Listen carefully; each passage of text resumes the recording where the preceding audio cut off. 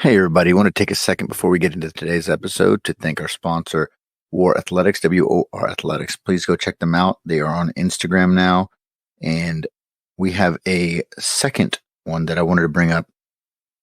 The company's called AdsVisor. That's ADZVISER, AdsVisor. And what AdsVisor is a marketing and business analytics program. The main problem with most analytic programs for your business ads and marketing is high performance marketing decisions require timely, reliable, and multi channel marketing data. However, collecting, aggregating that data from scattered sources is kind of difficult. This allows you to jumpstart your marketing analytics using basic language. You don't have to be an engineer, you don't have to have any special skills. AdVisor is very simple to use. It uses multi-channel connections, and it preserves your data privacy and is ready for you at any time. Please check out my friend's company, AdsVisor. You can look it up Google at adsvisor.com. Thank you. Let's get into today's episode.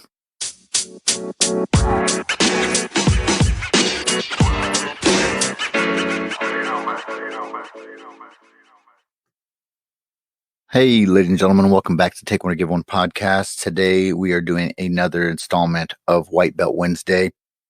Today's episode is going to be covering jiu-jitsu parents and the do's and don'ts of being a jiu-jitsu parent.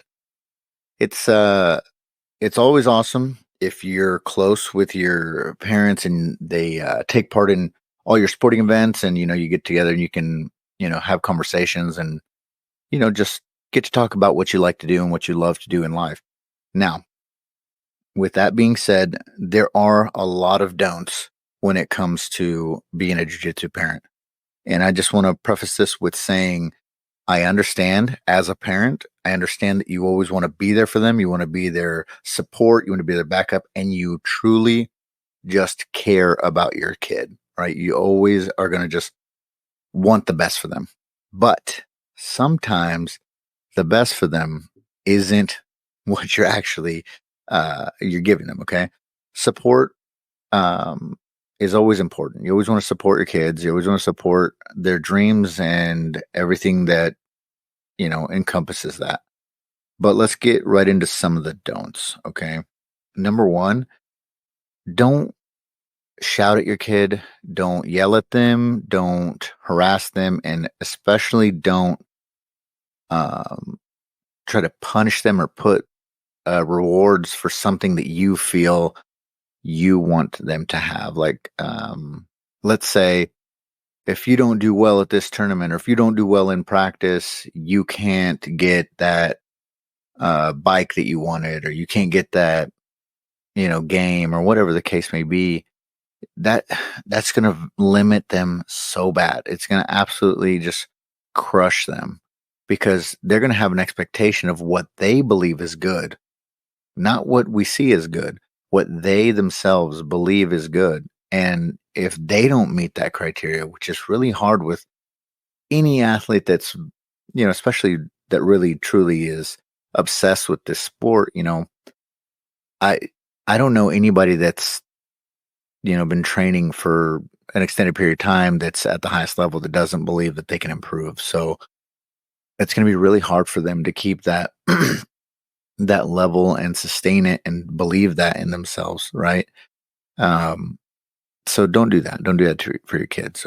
Don't mess up their mentality when it comes to training jiu-jitsu and trying to reach their own level of accomplishment. If you are going to, like, quote unquote yell or shout at them, it should always be something supporting them, something positive, like, yeah, let's go, or you can do it. Time's not running out yet. You still got time, whatever, something like that. Okay. It's okay. You can do that, but you should never be negative. It's never, and I mean never, going to help them. I promise you, negativity is not the way to go. Now, for certain situations, there's always ways you can go about things, right? You can always, like, set goals little goals like, hey, work on, getting to something or work on this, but like don't limit them to those things as well.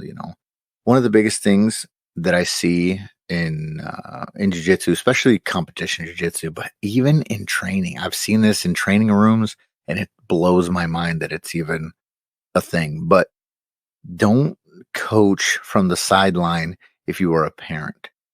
You're probably over emotional. You're really, really just invested in that situation in that very moment, and you're going to say something that you don't want to say, or you're going to be saying the wrong thing. Now, there's two levels to this.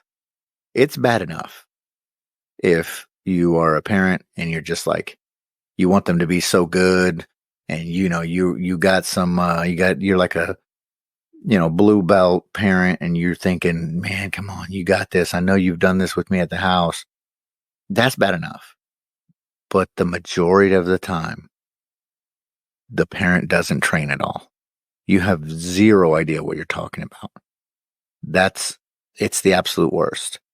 You cannot expect to know what is actually going on without training yourself. If you do not train, you should literally never say anything. Clap, good job, and that's about the extent. It's not good to get out there and like yell while someone's trying to coach them or take time to give them proper instruction on what's going on. You need to just watch whenever good things happen, support them, and be good. Try to be quiet because you're genuinely not doing them any good by just yelling at them and shouting out things that you don't know what's going on. You can't be like, oh yeah, finish the armbar or take his back when they're in bottom half guard. It doesn't work that way. You're gonna mess them up and they're not gonna be able to stay focused.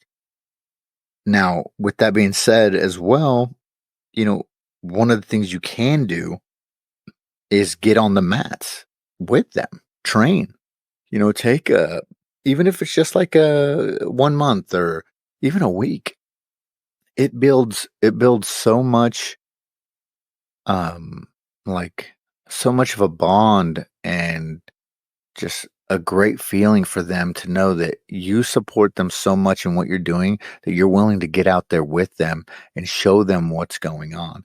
Show them that you want to learn so that you can help them. That's going to be huge. That's one of the things you can do that will really boost their morale and their confidence in what's going on because you're going to actually understand what is happening. Now, this doesn't give you the ability to sideline coach or be yelling at them, but you're going to be able to better understand any given situation that's going on as long as you're training consistently and seeing those positions and how they play out.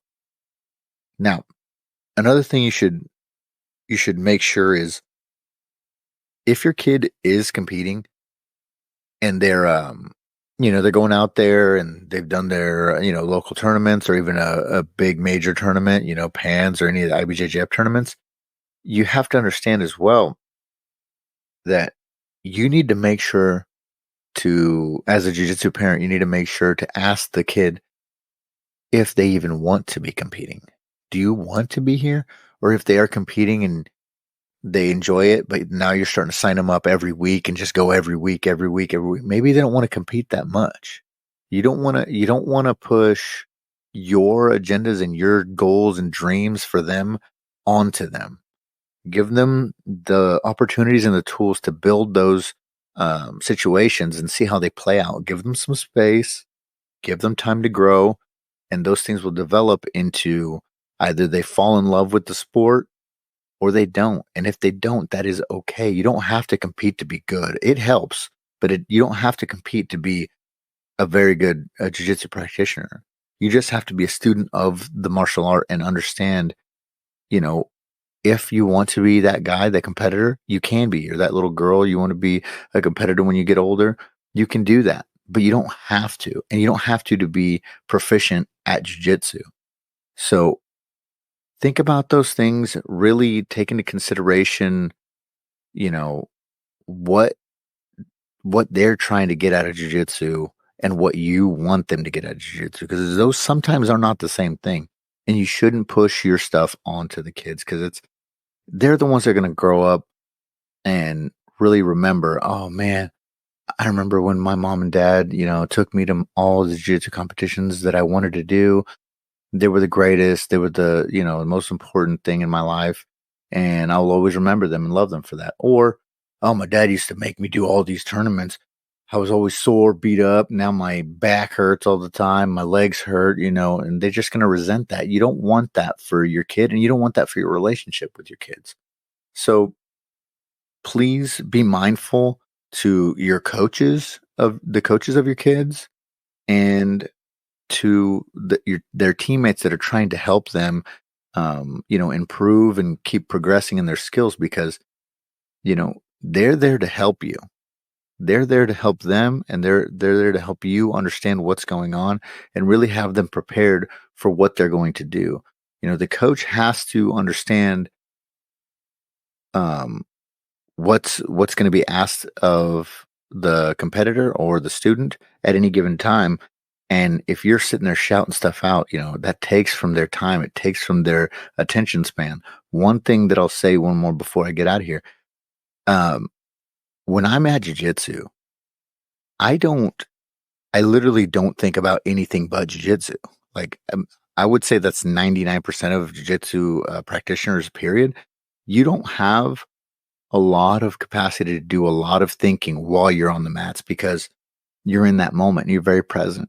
But imagine putting those kinds of limits on what they're able to focus on, and you're shouting stuff out. Now they're not thinking about jujitsu. They're thinking about, I don't want to let my mom down. I don't want to let my dad down.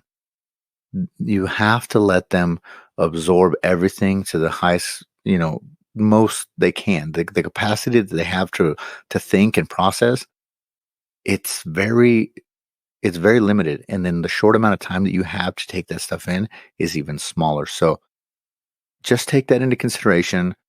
Really think about, what you're doing when you're there. Support your kids, support your teammates' kids, and, just get better at jiu-jitsu. Um, you know, that's about it. It's just one of those things that jujitsu parents, I understand a lot of parents are just trying to do the best for their kid, and they get very in the moment, and it takes over. Sometimes you get emotional. I get that, and it will happen, and it's okay. But do your best to follow these guidelines, and just be a better support system for them as you move forward. All right. Well, I appreciate everyone. I hope everyone's loving the good weather. The weather's starting to get better. Um, big things for everybody. I hope everyone's doing well. Hope everyone's still succeeding, reaching their goals, setting new goals, making things happen. So, as always, thank you for giving or taking that one chance.